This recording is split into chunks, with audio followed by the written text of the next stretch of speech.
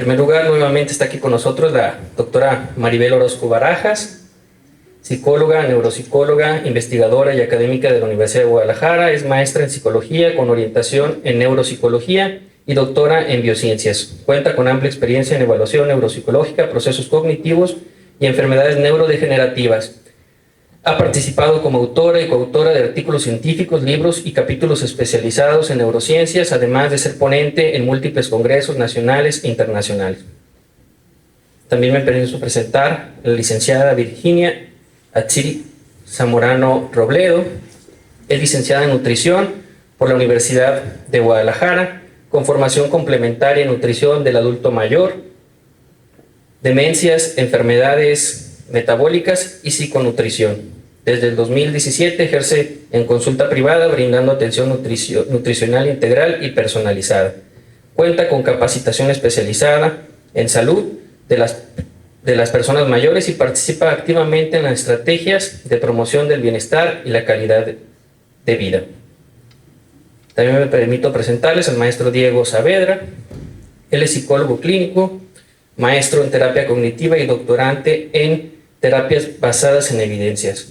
Se desempeña como terapeuta, docente y supervisor clínico con experiencia en terapia cognitivo-conductual, enfoques transdiagnósticos e intervención basada en procesos. Su trabajo se centra en integrar la evidencia científica con una atención humana y centrada en las necesidades de cada persona. Y por último, al maestro José Juan Rodríguez Hernández, licenciado en enfermería, maestro en gerontología y estudiante del doctorado en ciencias de la enfermería. Es colaborador del Centro Cuidare, docente universitario y especialista en atención integral de personas mayores y sus cuidadores. Su trabajo se enfoca en demencias, sobrecarga del cuidador familiar y modelos de atención centrados en la persona. Ha participado como ponente nacional e internacional, destacando su participación en la Conferencia Internacional de la Asociación de Alzheimer, ARI 2026, en Lyon, Francia. Pues ellos son nuestros ponentes del día de hoy y nos van a hablar acerca del abordaje interdisciplinario de las demencias. Y pues vamos a dar inicio y les voy a ceder el uso de la voz.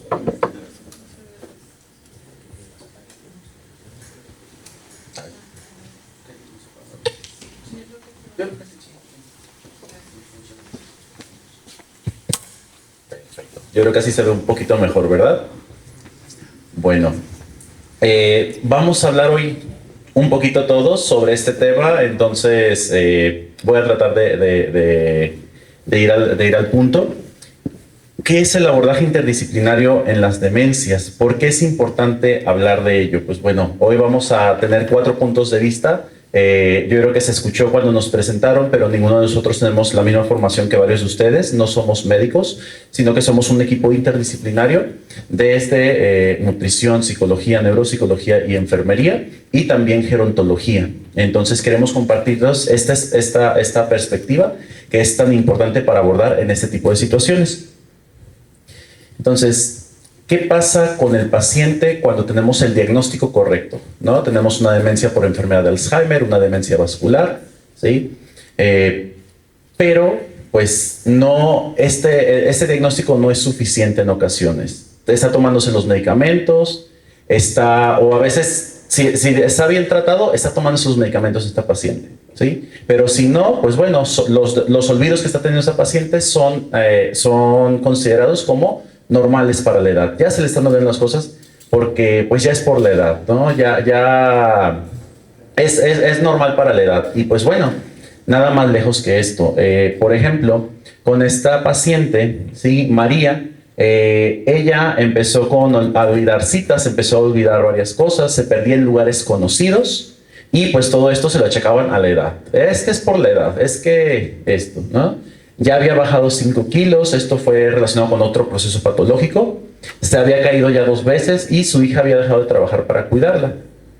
Este caso en particular, pues ¿qué volteamos a ver primero? ¿Qué atenderíamos? ¿No? ¿Qué es lo más urgente? Pues los olvidos, las caídas, la pérdida, ¿sí? de todo esto, o incluso también voltear a ver a la hija que está cuidándola y que esto podría llevar una sobrecarga, y esta sobrecarga va como una bolita de nieve, ¿sí? Va a empezar a crecer esto, ¿no? Porque la hija tuvo que dejar de trabajar para poderla cuidar. Como le está cuidando y ya no está recibiendo dinero, pues bueno, a ver, está ahí gestionando con los hermanos, hay conflictos familiares, a causa de esto hay sobrecarga del cuidador, y cuando hay sobrecarga del cuidador, ahí empieza a deshumanizarse y ya empieza a dejar de cuidar a su ser querido de la misma manera, ¿no? Y ahí es donde empieza a haber violencia, empieza a haber abandono, empieza a haber varias situaciones. Entonces, ¿qué pasó con esta paciente? Pues sí tenemos el diagnóstico, es una demencia por enfermedad de Alzheimer.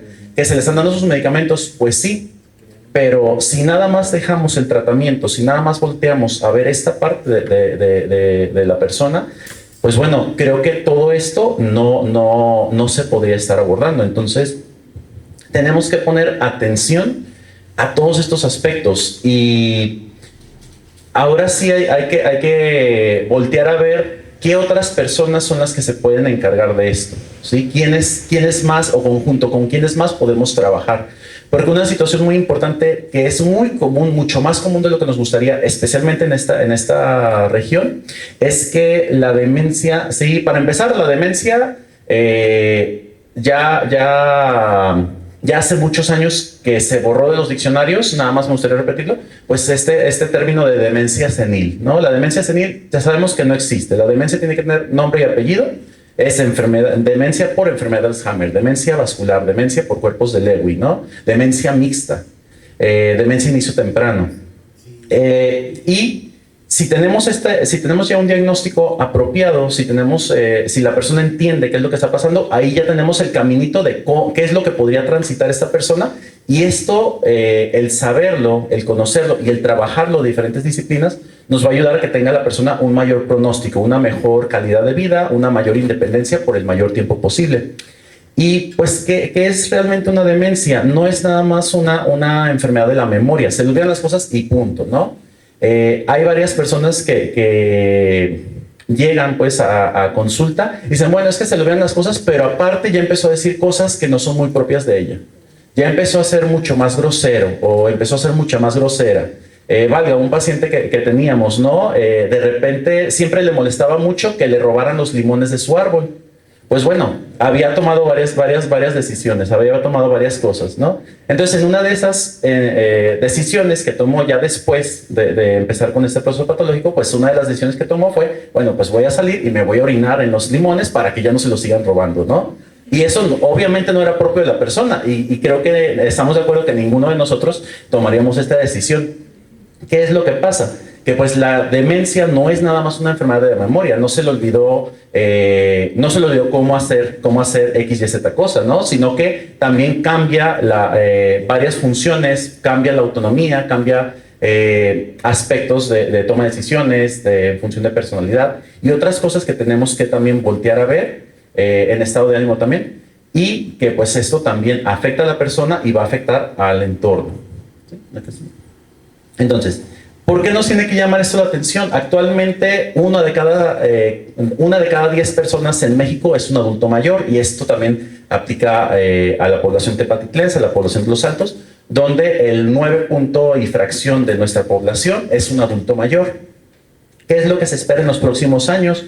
Pues bueno, que este cambio, esta inversión en la pirámide poblacional suceda, y que ahora ya no sea 1 de cada 10 adultos mayores, sino que el adulto mayor sea el 25% de la población, es decir, 1 de cada 4.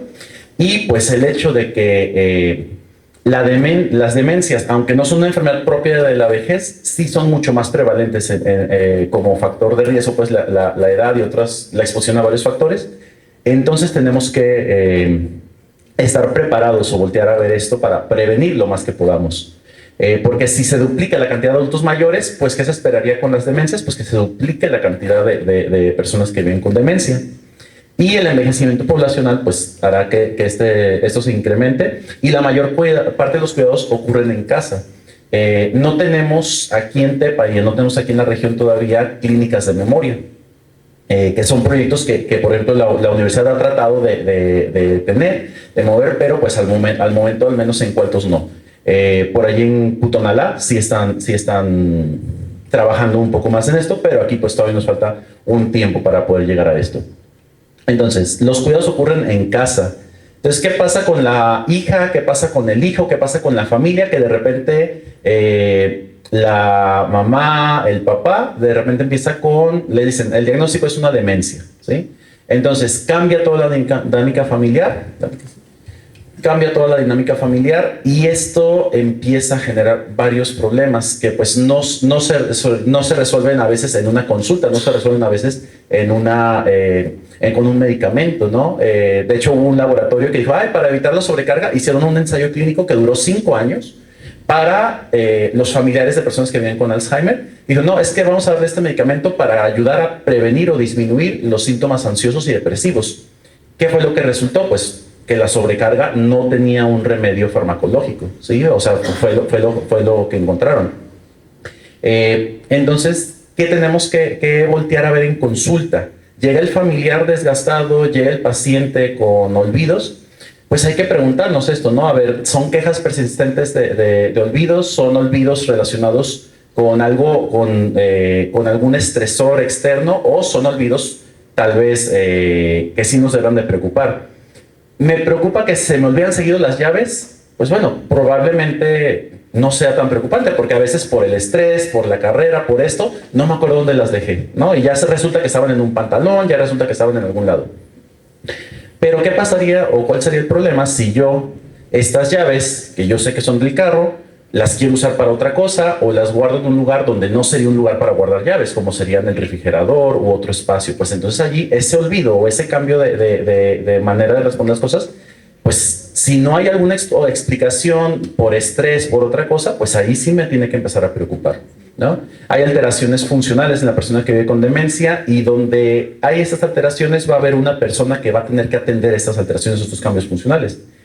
Si yo ya no puedo hacer de comer, pues voy a necesitar comer y voy a necesitar que alguien más me ayude a comer, y ahí es donde tenemos que voltear a ver, o donde vamos a tener que pensar también en el cuidador, que si no volteamos a ver esta diada, pues lamentablemente vamos a dejarle caer más la mano al cuidador con cuéntame cuánto orina tu papá, cámbiale el pañal, compra los medicamentos, llévalo a las citas, llévalo todo esto, y esta sobrecarga pues va a explotar en algún punto, y esto va a repercutir pues en la salud de ambos, ¿sí? Hay cambios conductuales, hay caídas recurrentes, hay sobrecarga del cuidador. Todo esto es lo que no debería dejar pasar un médico en la consulta si están atendiendo a un adulto mayor. Y sobre todo, ¿no? Voltear a ver las 5 A's del Alzheimer, que creo que Maribel les va a explicar un poquito más sobre ellas. Pues básicamente, nada más para nombrarlas, pues la anomia, la apraxia, las amnesias, la afasia, ¿sí? Y las agnosias. Que todo esto, pues se me olvida cómo se llama eso, pásame la fregadera esa, ¿sí? ¿Qué pasó el otro día? ¿Qué desayuné? ¿Qué hice? ¿Sí? ¿Esto para qué servía? ¿Esto cómo se usaba? ¿Sí?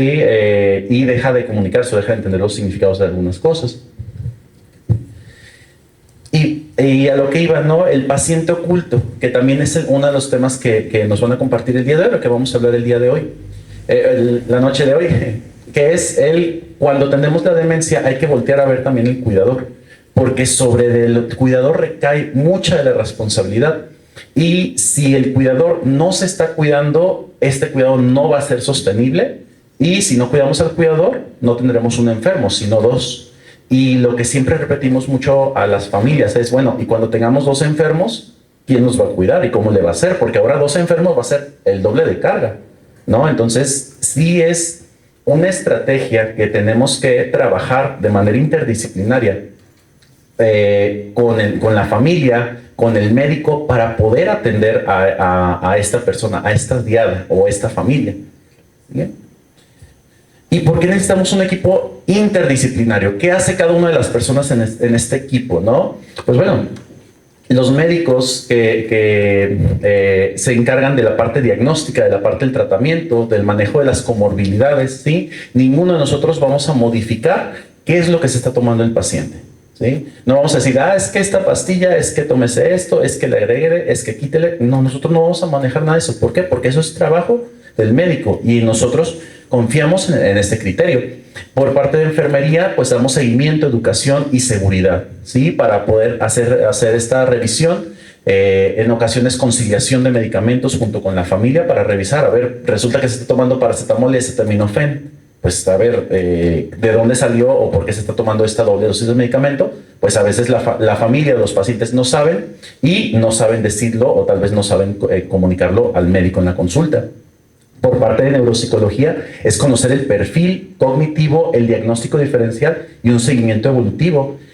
Por parte de psicología es conocer la conducta, la adaptación y el apoyo emocional, especialmente al cuidador o al paciente en un diagnóstico inicial o en un diagnóstico cuando es una demencia inicial o apenas es un deterioro cognitivo leve. La parte nutricional, pues los riesgos de desnutrición, las disfagias que son pues sumamente peligrosas, especialmente en las demencias avanzadas, la alimentación segura. Por parte de gerontología, que el día de hoy no nos pudo acompañar la licenciada Jocelyn, pero ella es gerontóloga, es la gerontóloga del equipo y ella se encarga de trabajar la funcionalidad, el entorno, la coordinación con el cuidado. Ella también se encarga de la parte de las terapias de estimulación cognitiva, que vamos a abordar también el día de hoy. Y por parte de fisioterapia, pues está la movilidad y la prevención de caídas, ¿sí? Todo esto tenemos que ver con una diada que llega una persona que vive con demencia, llega junto con su familia. Todo esto se tiene que voltear a ver y al menos valorar si tenemos un riesgo o no. ¿Sabes qué? No hay con el paciente, no hay con el familiar una sobrecarga de cuidados. Pues excelente, entonces estamos súper bien, pues vamos a enfocarnos a voltear a ver otra cosa, pero el simple hecho de valorar, de ponerle usar una escala, voltear y ponerle un número a esto, pues ya nos da un bosquejo de qué es lo que está pasando. ¿Sí? Y pues bueno, para introducir a los demás compañeros, la pregunta entonces ya no nos quedamos con quién debe atender a la persona con demencia, ¿verdad? Porque ya vimos que son varias personas las que debemos de trabajar en conjunto. La pregunta es cómo trabajamos juntos para mantener la función, la dignidad y la calidad de vida el mayor tiempo posible de la persona. Y esto es algo que nos tiene que importar, ¿de acuerdo? Muchas gracias y seguimos con Maribel. Muchas gracias por la invitación y gracias por la escucha. Yo les voy a hablar sobre la importancia de la evaluación neuropsicológica en las demencias. Me voy a poner por acá.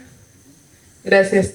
En el contexto clínico será importante reconocer que no solamente las quejas de memoria son indicativos de demencia, sino que en ocasiones habrá algún otro síntoma que esté presentándose a manera de debut. En ocasiones son alteraciones del estado de ánimo, como lo presentaba mi compañero José Juan.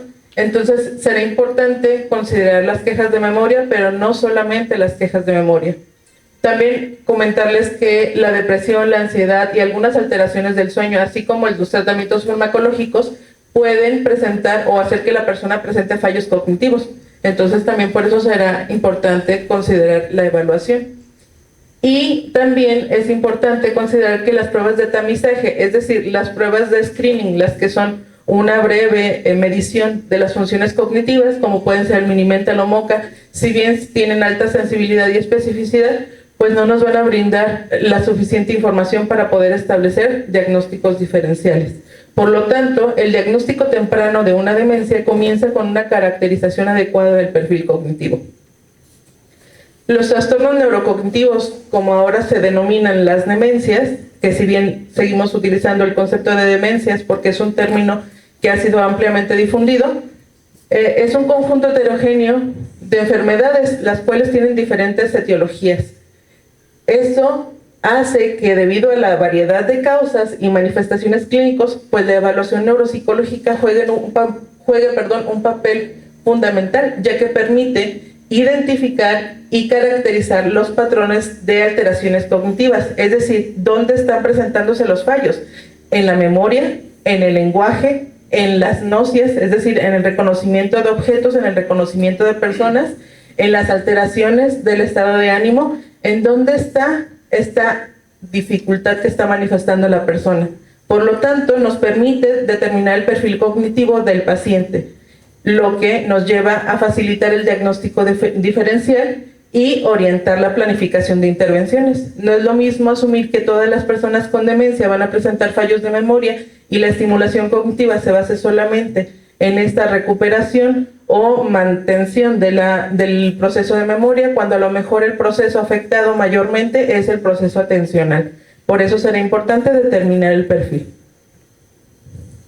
Ahora, el término demencia o trastorno neurocognitivo es un trastorno paraguas. ¿Qué quiere decir esto? Que este concepto de demencia permite englobar varias etiologías, como lo mencionaba hace un ratito. Está la demencia ocasionada por la enfermedad de Alzheimer, la demencia vascular, la demencia por cuerpos de Lewy, la demencia frontotemporal. En fin, como ustedes pueden observar, hay diferentes etiologías, es decir, diferentes causas que pueden provocar demencia. Ahora, como parte del perfil cognitivo y diagnóstico diferencial, quiero platicarles un poquito acerca de cómo se pueden presentar las diferentes enfermedades.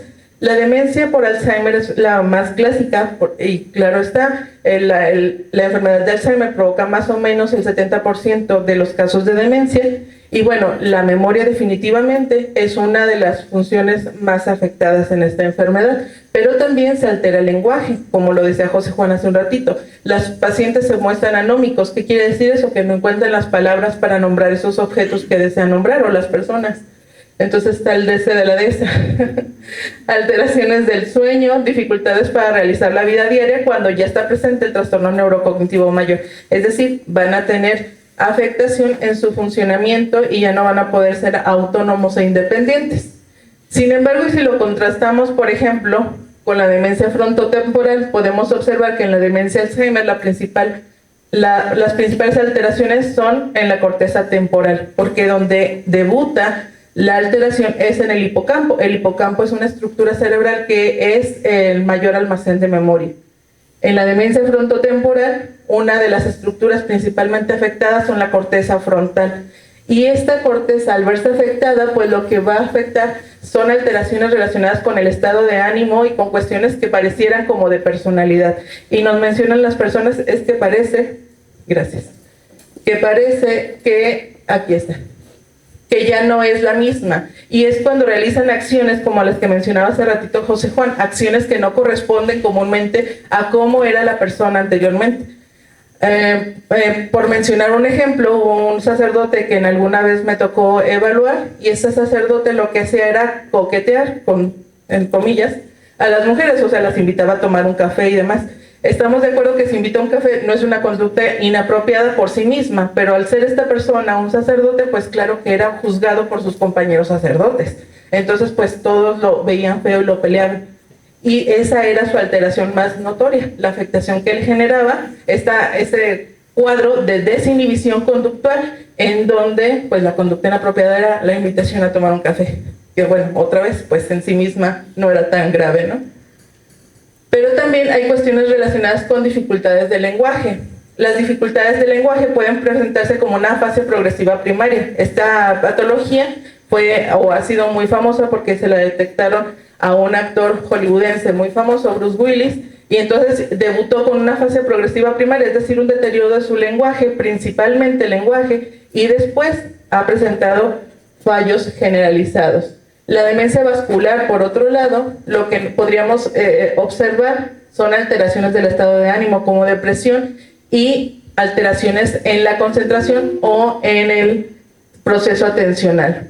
En la demencia por cuerpos de Lewy, una de las cuestiones que vemos comúnmente es la presencia de alucinaciones y de temblores. Esto también puede ocasionar fluctuaciones en el estado de ánimo y también fluctuaciones en su desempeño cognitivo. Entonces, como podemos observar, aunque si bien una demencia va a haber una pérdida progresiva de las funciones cognitivas, esta presentación de sintomatología no va a ser igual en todas las demencias. Por eso es importante considerar el diagnóstico diferencial. Por lo tanto, la evaluación neuropsicológica nos permite detectar objetivamente. No se trata solamente de obtener puntajes de las pruebas que nosotros aplicamos, sino también se trata de obtener información útil que nos va a permitir tomar decisiones acerca del tratamiento de la persona.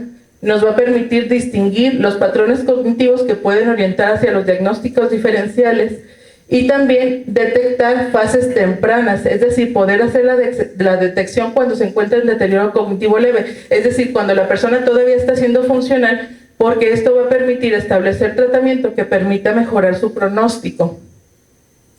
Monitorear la progresión, porque siempre será importante saber en qué estadio estamos. Perdón, Diego, ya te ando usando.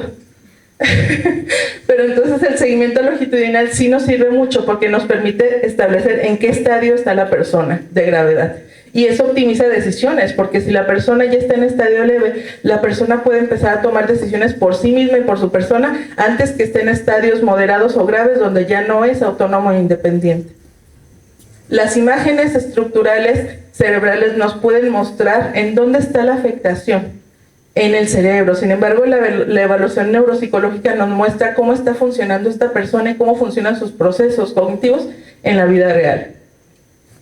Ahora, ¿qué candidatos podemos evaluar? Pues pacientes que tengan quejas de memoria. Las quejas de memoria son importantísimas porque a veces estas quejas de memoria nos permiten conocer los principales o los síntomas incipientes de la persona ante el deterioro, la sospecha de un deterioro, las demencias tempranas y cambios conductuales, así como el seguimiento cognitivo. Y por mi parte es todo. Muchas gracias. Muchas gracias.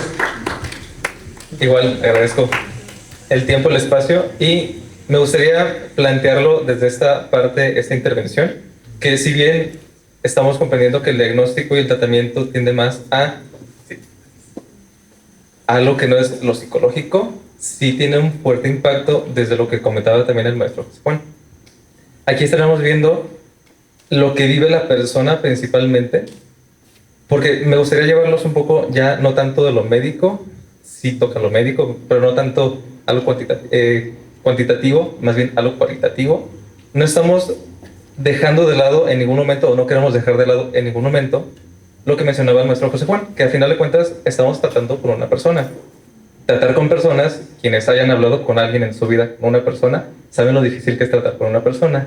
Por lo tanto, cuando viene este diagnóstico de demencia, lo más común que suele suceder es que venimos o entramos en esta parte de crisis de afrontamiento de la situación. ¿A qué me refiero?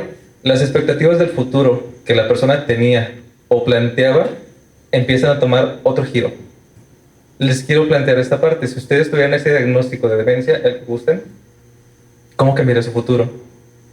Y les quiero llevar también aquí, ¿qué mecanismos que ya han aprendido intentarían tomar para resolver este problema?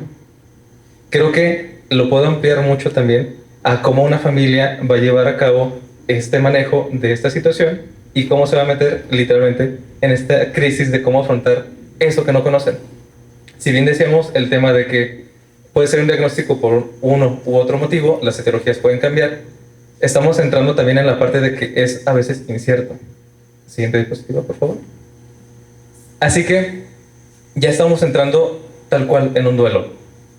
El impacto del paciente en el paciente de un duelo anticipatorio. Está perdiendo algo. Estamos perdiendo a alguien. Así es como se llega a vivir. Por lo tanto, viene una disrupción biográfica en la cual el diagnóstico fragmenta drásticamente el ritmo de vida. Si les pongo en la misma situación, si ustedes tuvieran este diagnóstico, ¿qué pensaban hacer sin esto que ahora apareció? Ahora que ya está diagnosticado. ¿Cuál es el rumbo que su vida va a tomar? También, hablando de la crisis de afrontamiento, se activa inmediatamente esta respuesta de shock, negación o incredulidad. No me está pasando a mí, no es cierto, así no es. Hay una forma de que esto se esté equivocando. Y como lo hemos visto, una evaluación, una determinación, un diagnóstico diferencial ayudaría a confirmarlo y a decirnos que sí estamos en ese punto. Por lo tanto, el impacto es sistémico. Sí impacta a la persona que se diagnostica, mas no se queda en esto, se queda en la familia o incluso en el grupo social al que pertenece. Por esto, creo que esto sí lo habrán conocido, el duelo no es algo que pueda ir linealmente avanzando y terminamos en el punto de ya lo resolvimos y lo negociamos. Vamos a estar rondando en estas etapas. Vamos a brincar nosotros como diagnóstico, la persona que tiene el diagnóstico, y la familia en este duelo. ¿Qué se está haciendo? ¿Cómo está haciendo? ¿No me está pasando? ¿Por qué me pasó a mí? ¿Tendría que hacer otra cosa? ¿Ya no quiero hacer nada? Y pueden venir diferentes situaciones y problemáticas, tanto médicas como sociales o psicológicas.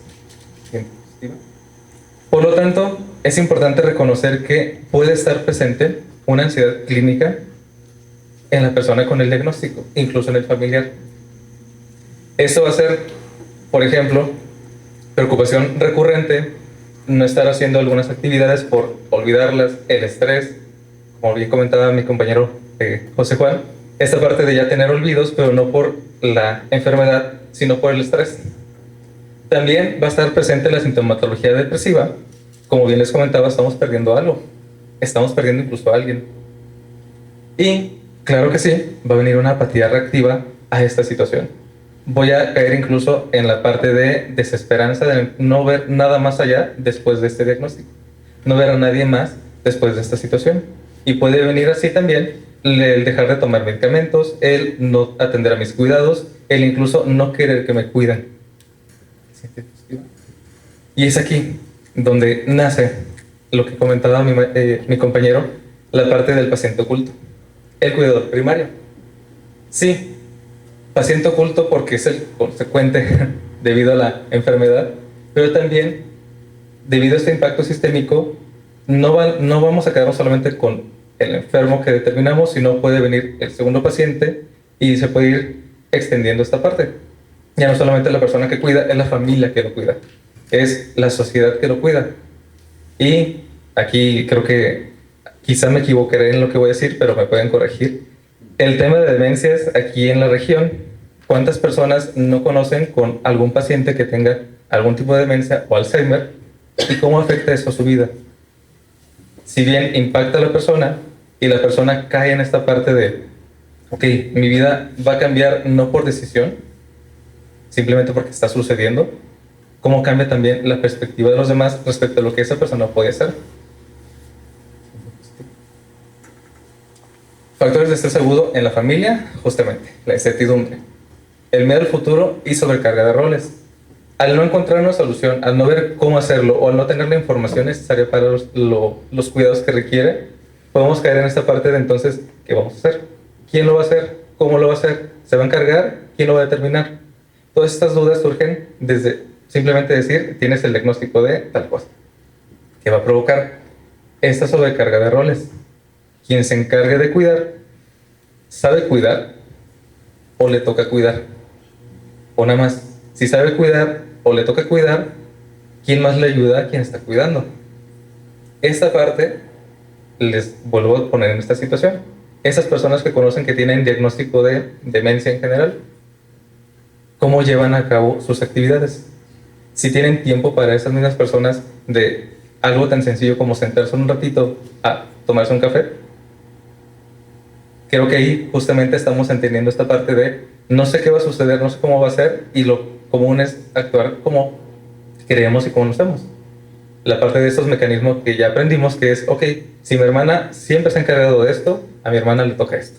Si mi hermano siempre se ha encargado de esto, entonces él se encarga de esto. Y requiere un cambio, que el cambio trae la incertidumbre en quién se va a encargar y cómo lo va a realizar. Y sí, esto creo que lo tengo que integrar también, el miedo a qué va a pasar con mi familia, qué va a pasar conmigo.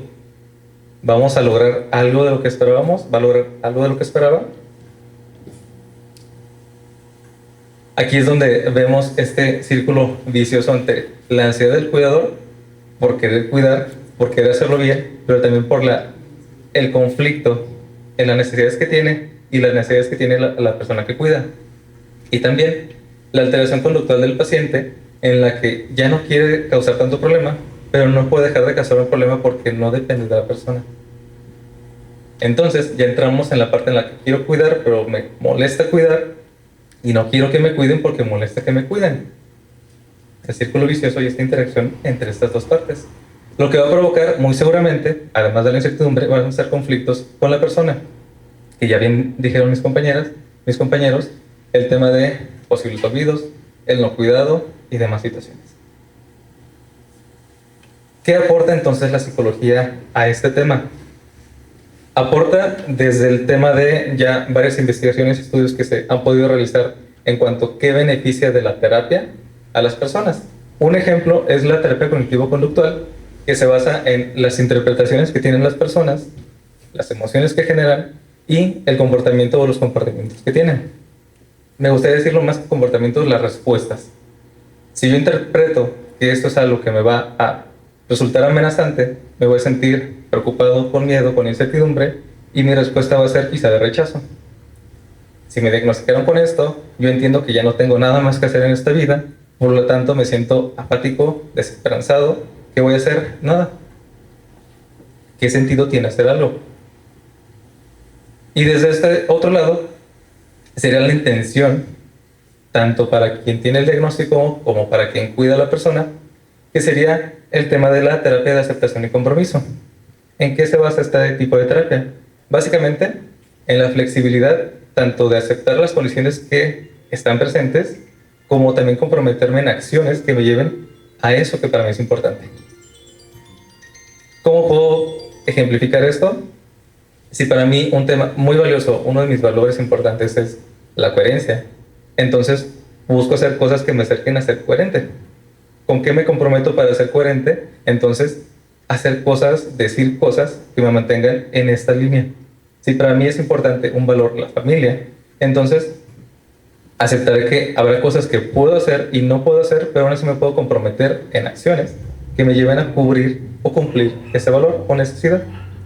Así que, básicamente estoy hablando aquí de flexibilidad cognitiva.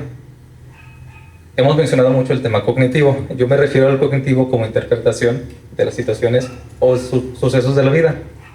Cuando hablo de esta parte, puede ser tanto para la persona en un diagnóstico inicial leve, o puede ser mejor y aplica más al cuidador. Esta situación es algo que está pasando, está sucediendo, para mí es importante mi familiar, y aunque sí es importante, no puedo estar siempre todo el tiempo cuidando de la persona.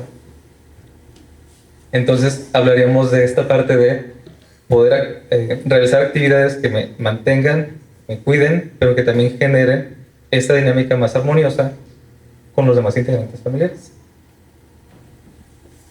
Por lo tanto, va a ser importante la validación emocional de lo que la persona esté sintiendo. Y aquí quiero también agregar la validación de lo que la persona esté viviendo. Cuando, por poner un ejemplo, cuando una persona va a consulta con algún médico, puede venir la parte de que, ok, escucho al familiar, le pregunto al familiar que viene cuidándolo para saber qué le está pasando, pero ignoro a la persona que tiene el diagnóstico. Por lo que gusten decirme, porque confío más en lo que me dice, porque no tiene el diagnóstico, por cualquier otro tema. Él es quien le da, o ella es quien le da los medicamentos. Pero se está ignorando lo que la persona está viviendo, y de hecho pudiera entenderse como un, entonces ya no tengo tanto papel aquí que hacer, y puedo aumentar los temas que les he ido comentando. Así que sí, validación emocional, pero validación de lo que está viviendo la persona. Algo que me gustaría también mantener es la preservación de la agencia, poder realizar cosas por mi propio medio. Aunque sí tenga una situación, puedo hacer cosas que me mantienen ligado, pegado, junto con lo que para mí es valioso. También una modificación del entorno. Va a ser necesario modificar, sí, cosas físicas alrededor, pero también organización familiar, organización de actividades y demás. Por lo tanto, esas tres cosas serían importantes y muy relevantes en el tratamiento de todo esto que hemos ido mencionando. Lo que se pueda presentar y cómo se vaya a diagnosticar, estos tres de aquí van a servir tanto para mantenerlo como para mejorar la calidad de vida, y sobre todo no olvidar la parte humana de quien estamos atendiendo. Así que, para poder atender o cuidar del cuidador, sería importante esta psicoeducación temprana. Darle este auxilio psicológico, apoyarle en lo que necesita, poder generar redes de apoyo, o si no, buscar maneras en las que no solamente está el cuidador, sino que sea un grupo de cuidadores que entiendan lo que están viviendo o por dónde están pasando. Y si bien el diagnóstico es diferente, las características del cuidado se parecen bastante. También, y algo muy importante, es prevenir el colapso del cuidador. Esto nos va a ayudar y sinceramente tiene un muy gran impacto en cuanto a lo que podemos hacer en el tratamiento tanto médico, gerontológico, etc. Por lo tanto, va a ser necesaria la sinergia interdisciplinaria, generar estrategias de afrontamiento en conjunto, brindar o generar la estabilidad emocional y, sobre todo, ayudar con la adherencia al tratamiento. Porque como bien les he dicho, si bien tiene que ver con el diagnóstico, el cómo me veo, qué interpreto, cómo siento y qué es lo que estoy respondiendo a esto, va a ser demasiado importante hacer, si quieren verlo así, hacer entender que merece el cuidado. Gracias.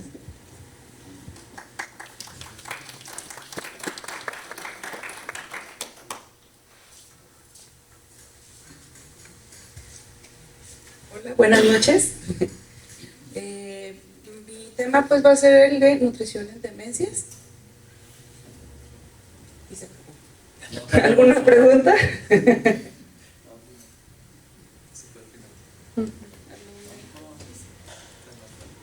Ahí está. Ahora sí le puedes dar. Ahí está, ahora sí. El estado nutricional pues es altamente influenciado por muchísimos factores. Primero pues estado socioeconómico, la economía de las personas, factores psicosociales, que quiere decir la parte en donde el adulto mayor puede comer mucho o no comer mucho en relación a situaciones con las demás personas. Comer mucho cuando vienen de visita, ¿no? Que comen de todo y ya terminan yendo al doctor porque se les subió la presión y cualquier cosa. O no comer nada, sobre todo porque pues están solos, no nos da ganas de comer, apatía en esa parte. No está relacionado en la cuestión de las demencias, pero es interesante también conocerlo. Si yo tengo un paciente y le digo, es que debe de comer más, y ahí yo ya me quedé, porque no está comiendo, ¿no? A lo mejor nada más come cuando van los nietos o las amigas, algo así. Enfermedades que incluyen una mala absorción, desde pólipos, algún tipo de cáncer, gastritis, cualquier cosa. La edad en esta parte, ¿a qué se refiere? Nuestro cuerpo pues va envejeciendo. Entonces, es muy común, ya cuando cumplimos 60 años, empezar a no querer comer mucho, pero también hay una justificación biológica. No nos da tanta hambre, hay menor vaciamiento gástrico, o sea, es más lentito, gastamos menos energía, entonces ya de ahí pues puede haber un riesgo nutricional. Pero dolor o dificultad para tragar o comer, aquí ya va empezando a entrar la parte de las demencias, sobre todo en la parte de las disfagias, enfermedades que incluyen limitaciones físicas, debilidad o fatiga. Aquí también ya va entrando un poquito la parte de las demencias, cuando ya es una demencia un poquito más avanzada, que no pueden alimentarse ellos mismos. Y sobre todo nos vamos a centrar en la parte de las enfermedades que influyen el deseo de comer, que aquí entra mucho ya esta parte de la demencia. Las primeras señales de alerta es una pérdida de peso involuntario, que quiere decir que sí está comiendo, pero no tanto, y no es algo que la persona esté buscando. De repente yo estoy viendo a mi familiar y cada vez pesa menos y se me hace algo extraño, porque no hay algo más que a lo mejor yo no lo considere como algo importante que influye en su pérdida de peso.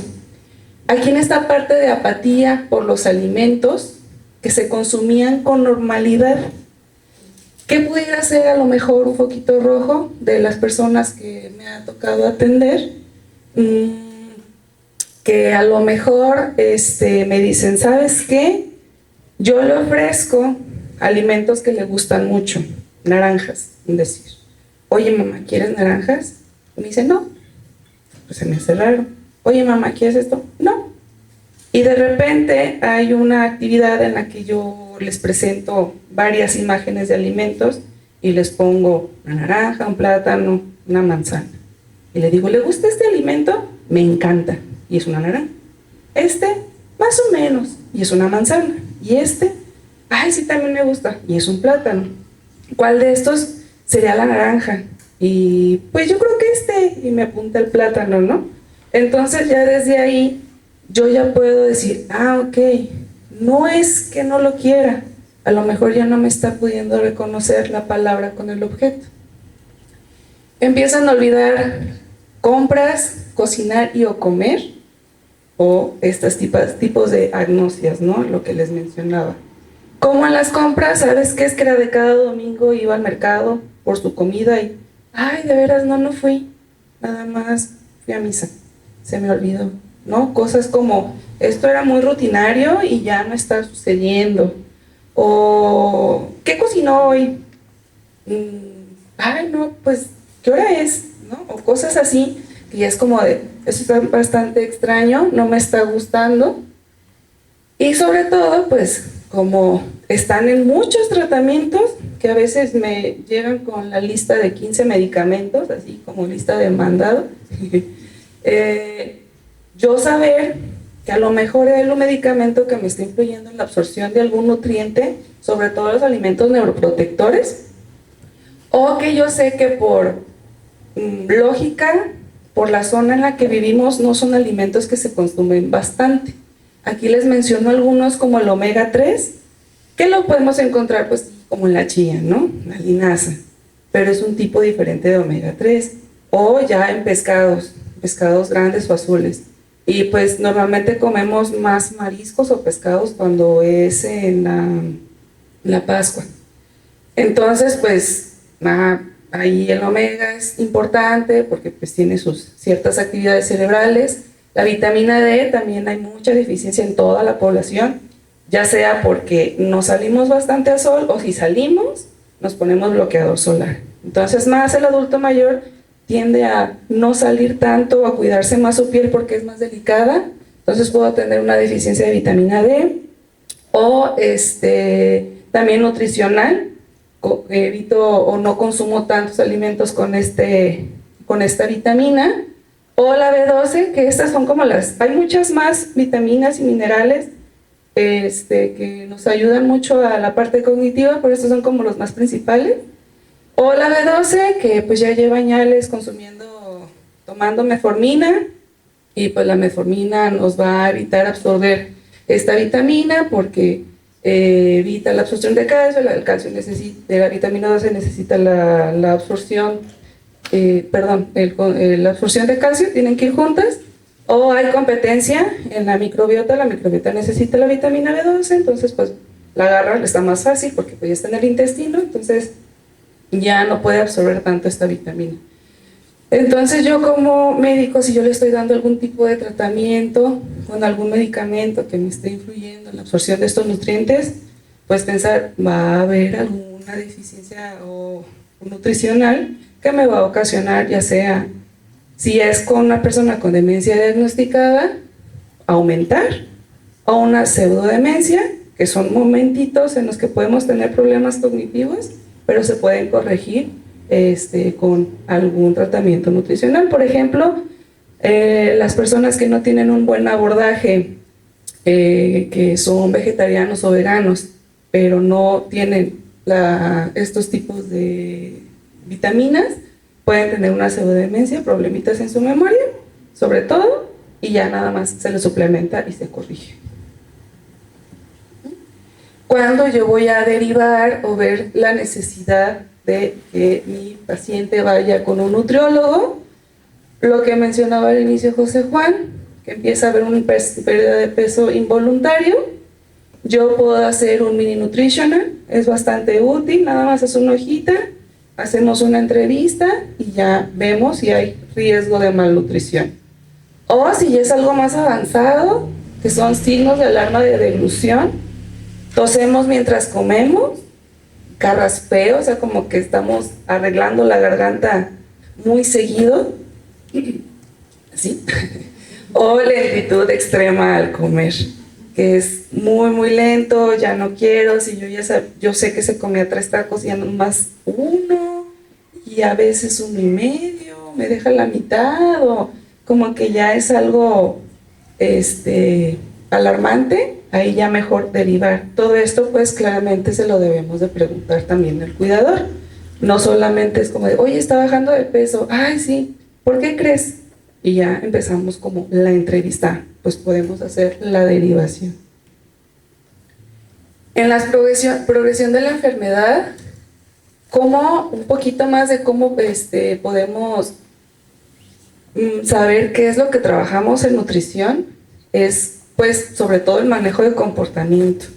Porque pues dietas, planes de alimentación, pues aquí están tus calorías, tienes que comer esto y que te vaya bien. O sea, cualquier nutriólogo lo puede hacer. Pero, ¿cómo yo puedo ayudar al cuidador o hacer como este entrenamiento de primero tengo que cuidar el ambiente, tengo que cuidar que la persona con la que está consumiendo el alimento? ¿Qué me refiero? Por ejemplo, si la paciente tiene mucha ansiedad y en una deambulación errante, o sea, está sube y baja escalera, sube, baja, sube, baja, sube, baja. ¿Sabes qué? Es que me tengo que ir a trabajar. Ya no trabaja, pero tenemos que darle una vueltita, ¿no? Y otra vez, y otra vez. Entonces, hay más incremento en su gasto energético. Entonces, pues ahí, ¿sabes qué? Tenemos que darle más calorías. ¿Cuántas? Ahí va a depender de cuánto gasto energético está teniendo. O está rechazando el alimento por paranoia o depresión. Como un caso que también atendimos, no quería comer nada por el temor, primero, a subir de peso. Ese era ayer un cambio de comportamiento en donde era un adulto mayor que siempre cuidó mucho su peso, pero se le triplicó esa ansiedad por no quiero subir de peso. Ni incluso hasta pesarla era como que, ¿y cuánto fue? ¿Y cuánto fue? Y es que no, subí más y subí, y era como una ansiedad así enorme, entonces no quería comer. Además tenía un poco de este tipo de paranoia en donde le tiene mucho miedo a los insectos. Entonces lo que era el espagueti, el arroz, las lentejas, todos estos tipos de alimentos, no, me estás dando gusanos. Entonces tenemos que abordar estrategias de confianza. ¿Cómo yo voy a hacer que confíe de lo que yo le estoy dando de comer? Entonces se elaboran distintas estrategias. Y pues no solamente calculamos el gasto energético y ya, sino que pues hacemos estas estrategias, o que ya no puede sostener muy bien el tenedor o la cuchara. Entonces ya son alimentos que podemos consumirlos agarrando con la mano, pero o sea, no solamente ellos, toda la familia tenemos que acompañar a que pues si todos comemos sándwich, pues es más padre a que esa es tu comida y esta es la de nosotros, porque acuérdense que no puede agarrar. Entonces ya empieza el problema también emocional con los alimentos y pues ya como que se les va las ganas de comer. Entonces son como todos esos tipos de estrategias de qué puedo yo hacer para que la alimentación sea más amigable y no tengamos estos riesgos. O estrategias de confort, que estas se usan mucho ya cuando estamos teniendo esta parte de la disfagia.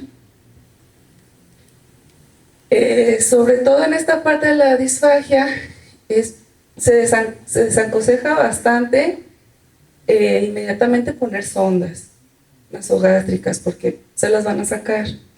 Aquí es más bien llevar a rehabilitación. Se puede dar una rehabilitación básica en consultorio, pero puede haber rehabilitación más a fondo como en hospitales. Entonces, ¿cuál es esta? Es el comfort feeding, que es adaptar texturas, alimentos como tipo papilla,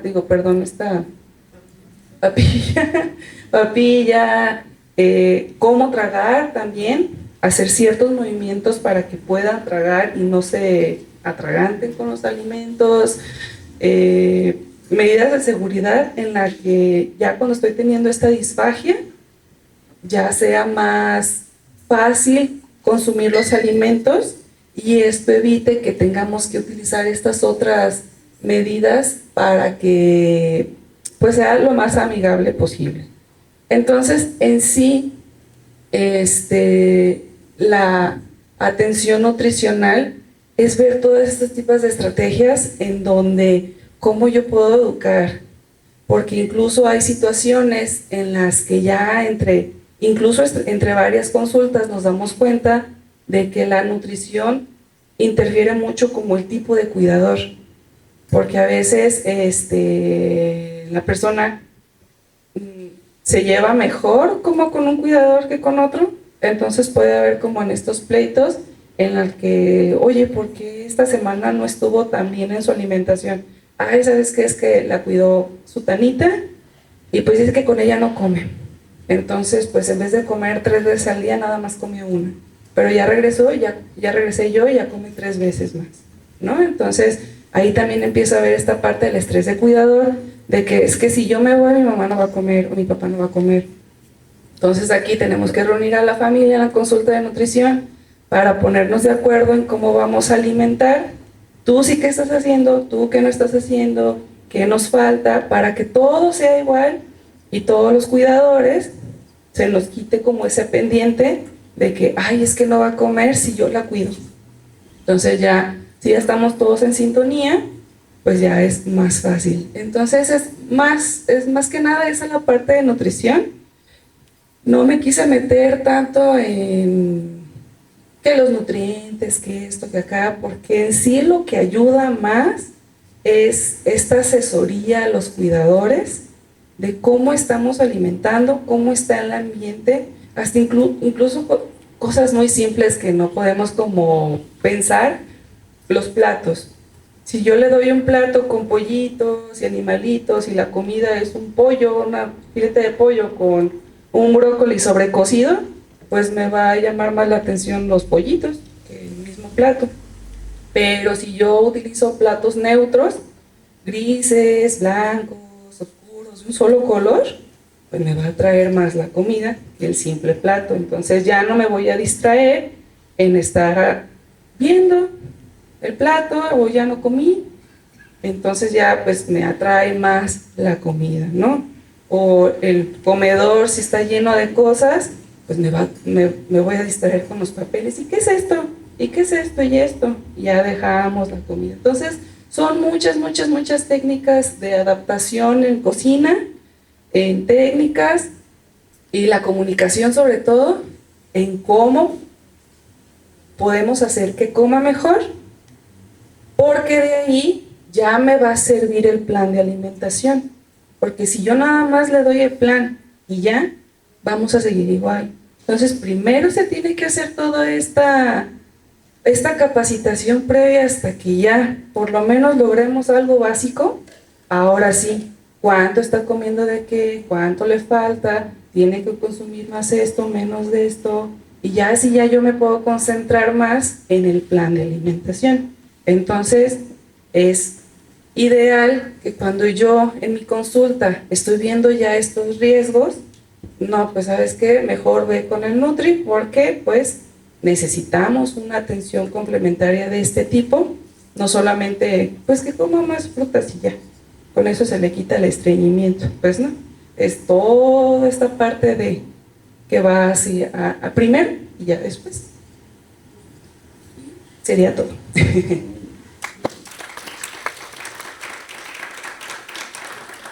Muy bien.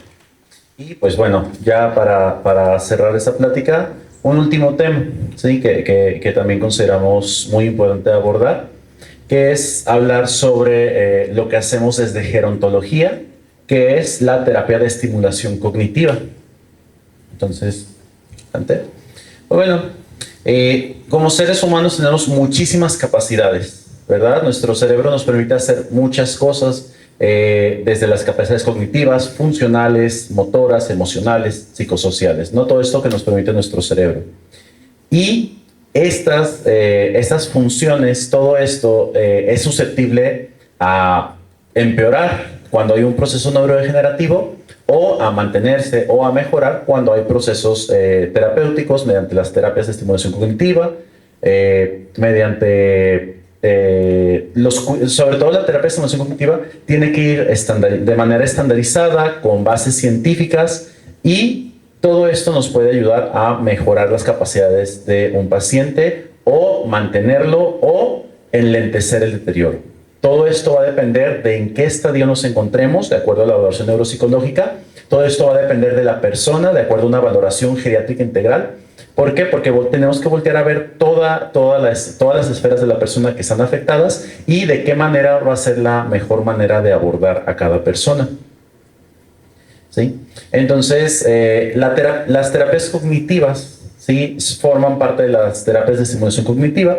Son un conjunto de técnicas, de estrategias que son, que están diseñadas pues para optimizar y para mejorar los procesos cognitivos de la persona, tal cual como su nombre lo dice.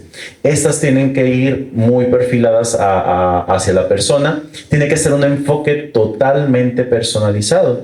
¿A qué voy con esto? Lo que funciona con José Juan no va a funcionar con Maribel, y lo que funciona con José Juan y con Maribel, que puede ser algo en común, no funcionará con Diego ni con Vicky, ¿verdad?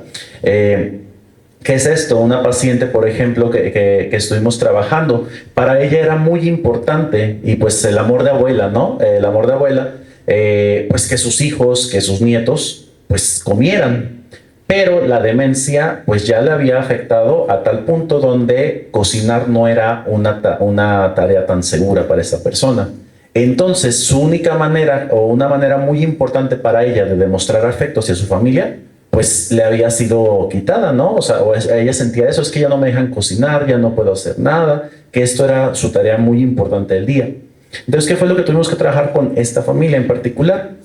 ¿Sabes qué? ¿Les gustan los frijoles? Sí, ok. ¿Qué vamos a hacer? La mamá va a tener su saco de frijoles, donde ustedes deliberadamente, vamos a tener 10 piedras en ese saco, le vamos a pedir a la mamá que los limpie. Ocasionalmente vamos a tomar tiempo, ocasionalmente vamos a contar cuántas piedras sacó de los frijoles, y vamos a estar vigilando. Y el día que ella cuente los frijoles, el día que ella haga esta tarea, ese día alguien se va a encargar de preparar los frijoles y servirlos, ¿sí? Pero, pues, con esta paciente, ¿qué es lo que se le dice? Bueno, ¿sabes qué? Ella participó en preparar los frijoles, ¿sí? Ella estuvo allí.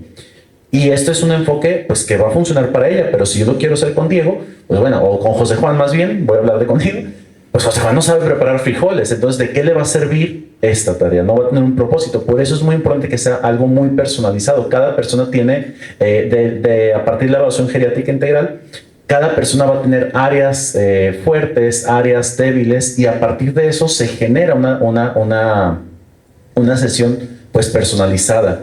Esto tiene que ser una adaptación progresiva. ¿Qué es esto?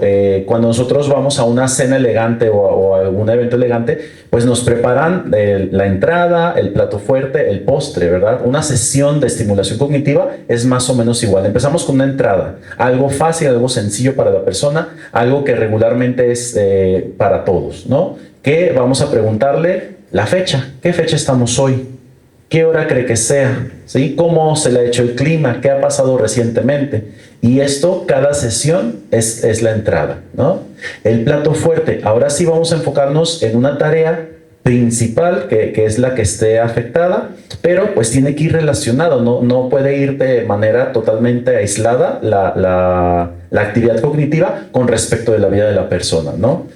Por ahí, por ejemplo, si incluso lo mezclamos con la parte de fisioterapia, por ejemplo, hay pacientes a los que se les pasan hula-hulas, ¿sí? Estos aros, y es que páseselo por la cabeza y páseselo hacia abajo y después esto, y después otra vez al revés, se va a quitar el hula-hula y lo va a dejar acá. ¿Qué hacemos con esto? ¿Y qué hacemos con esta y otras distintas tareas? Pues también se enfoca en la parte de la terapia, incluso se llega en esta amplia gama de terapias, la terapia ocupacional, donde buscamos que la persona realice tareas que nos van a servir en el día a día. Quitar y poner un aro, pues nos va a ayudar a que la persona se quite y se ponga nuevamente las prendas, ¿sí? La ropa, un suéter. El enfoque tiene que ser participativo, tiene que estar enfocado hacia cosas que le llamen la atención a la persona, tiene que enfocarse en la parte integral y multidisciplinaria, y tiene que estar orientada a la funcionalidad. Por ahí hace algún tiempo me tocó trabajar con una enfermera que, con todo el cariño del mundo, a los pacientes adultos mayores que recibía, decía, es que vamos a trabajar estimulación, y les entregaba una sopa de letras, les entregaba colores, les entregaba varias cosas. Bueno, estas actividades podemos tomarlo como estimulación cognitiva. Si no hay ningún daño con una persona, pues bueno, nos sirve, todo sirve. Si no hace bien, un mal tampoco.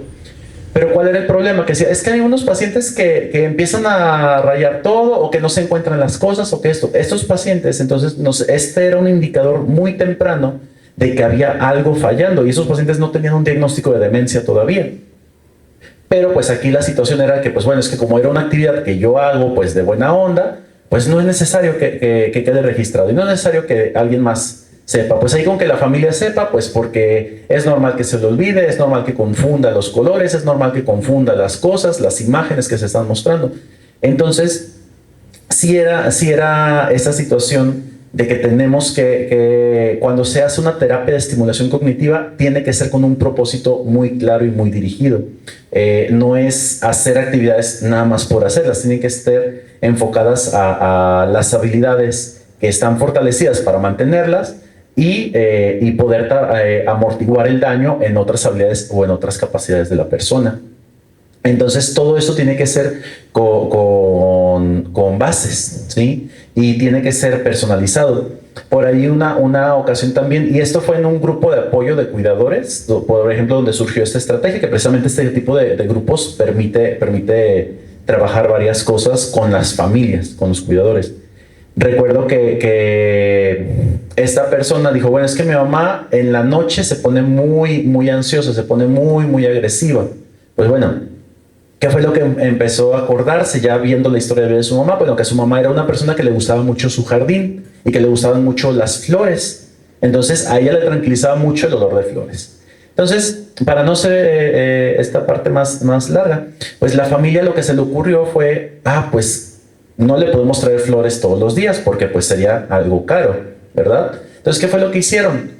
Una intervención bastante económica y bastante fácil de aplicar para todos, que fue, pues vamos el cuarto de mi mamá en la noche, vamos a trapeárselo con Fabuloso, bien concentrado, le trapeamos, ¿y qué va a pasar cuando llegue a su cuarto? Respira profundo, huele a flores, la señora se siente tranquila, se siente a gusto, la llevan a un lugar tranquilo para ella, la llevan a un recuerdo de confort para ella. Y pues, ¿qué pasa con ella? Pues se duerme mucho más a gusto, ¿sí? Y el día que se les olvidaba trapear con Fabuloso, pues otra vez se ponía muy agresiva, se alteraba la persona. Entonces, este tipo de intervenciones que no son del libro, este tipo de intervenciones, todo esto pues se va tomando, y eso le funcionó a ella. Pero ¿qué le funcionará a José Juan? ¿Qué le funcionará a Maribel, a Diego, a Vicky? Pues va a depender de cada uno y de su historia de vida. ¿Sí?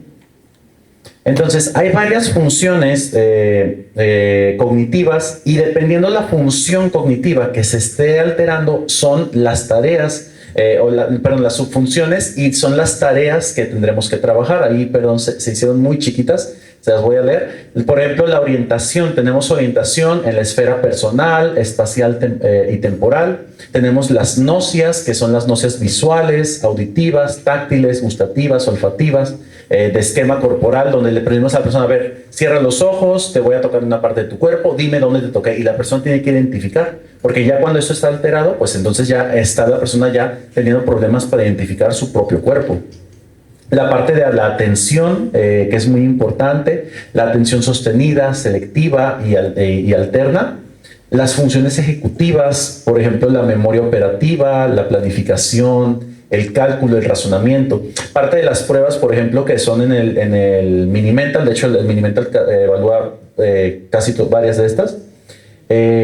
Por ejemplo, es saber si la persona tiene más de 3 años de escolaridad o tuvo trabajo cognitivo, por ejemplo, se dedicó a trabajar en una tiendita durante bastantes años, pues le podemos decir, a ver, imagine que usted tiene 100 pesos y me da 7 pesos, ¿cuánto le queda? Y así sucesivamente 5 veces para ver qué tan bien está realizando esta resta. ¿Se tarda mucho? Bueno, el Mini-Mental no toma en cuenta tanto el tiempo, mientras sea un tiempo, creo que más o menos de 10-15 minutos, mientras esté dentro de ese tiempo, no nos importa que se tarde un poquito más de rato en lo que está haciendo las cuentas, porque pues es bastante difícil para algunas personas.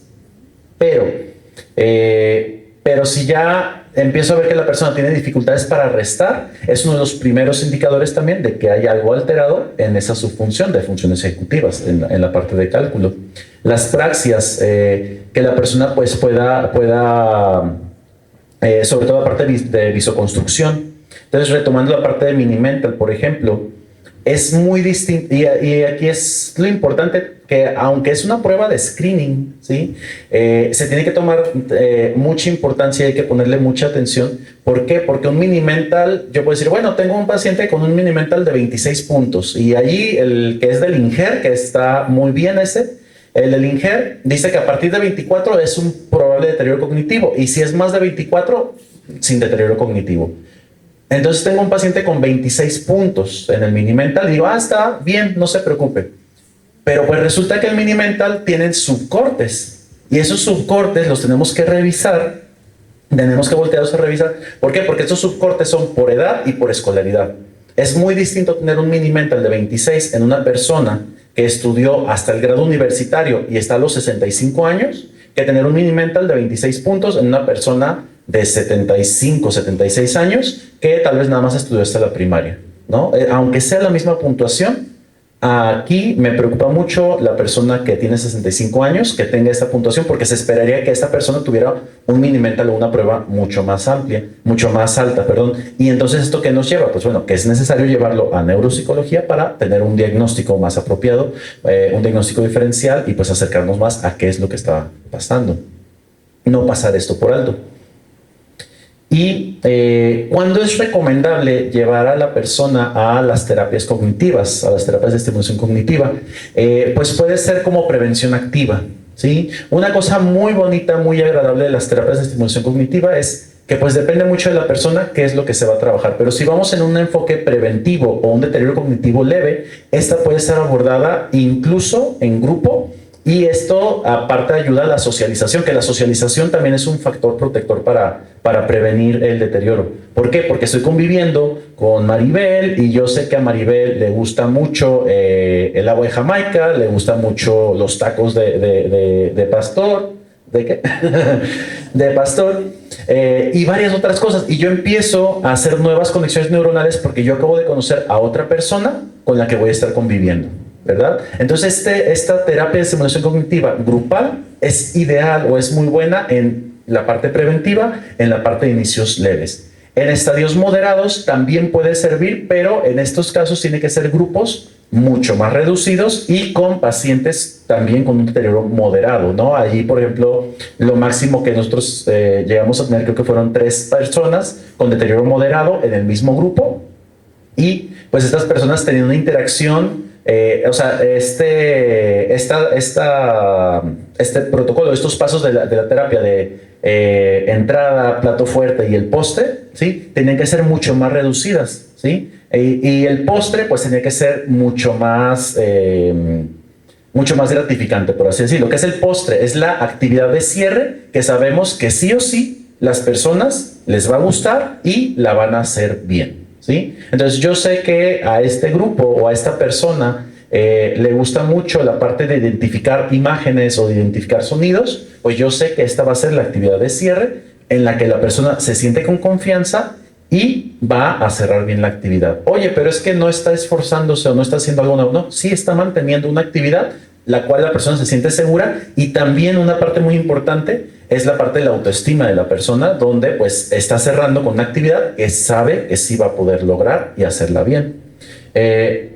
Entonces, en estadios moderados, pues la persona que requiere cierta ayuda en su día a día, pues va a requerir una mucha mayor atención para pues este tipo de terapias. Ya los casos avanzados van a depender muchísimo de qué tan avanzado sea el caso, de cuál sea el origen de la demencia.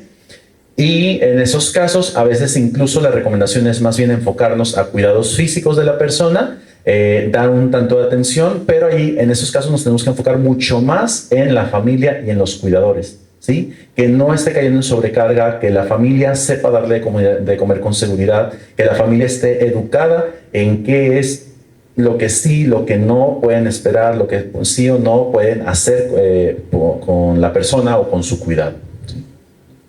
¿Me te sigue? Entonces, para resumir un poquito de todo esto, la terapia pues son a las actividades dirigidas para estimular y mantener capacidades cognitivas existentes de la persona, ¿sí? Ya dijimos la atención, la memoria, el lenguaje, las funciones efectivas, las praxias, ¿sí? Entre otros procesos neuropsicológicos. Y todos estos son susceptibles a ser estimulados, y cada persona pues va a tener una manera distinta de abordarse. Un mismo material lo podemos usar de maneras muy distintas con cada persona. ¿Por qué? ¿De qué va a depender esto? Pues del deterioro que esté presentando y de los gustos, fortalezas, capacidades y debilidades de cada persona, ¿sí? ¿Y esto con qué? Todo lo que hacemos y todo nuestro trabajo, pues con el objetivo de mejorar la calidad de vida de la persona, y también en su contexto social, de la familia, de los cuidadores que están alrededor, ¿no? Porque, por ejemplo, este tipo de tareas, otra vez retomando, ¿no? Separar las piedras, limpiar los frijoles con esta paciente, le permitía otra vez estar en interacción con la familia, estar junto con ellos. Cosa que si, no mamá, espérate allí, ahorita que terminamos de comer, pues esto la separaba, ¿no? La separaba de la familia, se sentía aislada, empeoraba sintomatología depresiva, esto llevaba a empeoramiento de la memoria y demás, ¿no? Entonces sí es la interacción social es muy buena. De hecho, ya para terminar, en el Congreso de León, una cosa que nos dijeron fue que el vino, lo bueno de consumir el vino para la parte de la memoria era la parte de la convivencia. Entonces, si gustan, pueden celebrar con sidra, pueden celebrar con vino, pueden celebrar con una cervecita, siempre y cuando sea con moderación y en compañía de otras personas. Y esto, o sea, lo que realmente es el factor protector es la convivencia. O coca también. O agua también, ¿sí? Cualquiera de las opciones, la convivencia social que vamos, por ejemplo, la convivencia social que vamos a tener el día de hoy es un excelente ejercicio para proteger nuestro cerebro, ¿sí? Entonces, la que sigue. Ahí está. Entonces, ahora sí, con eso sería todo por nuestra parte. Aquí encuentran todos nuestros contactos y con todo el gusto del mundo, pues atenderemos sus preguntas. Muchas gracias.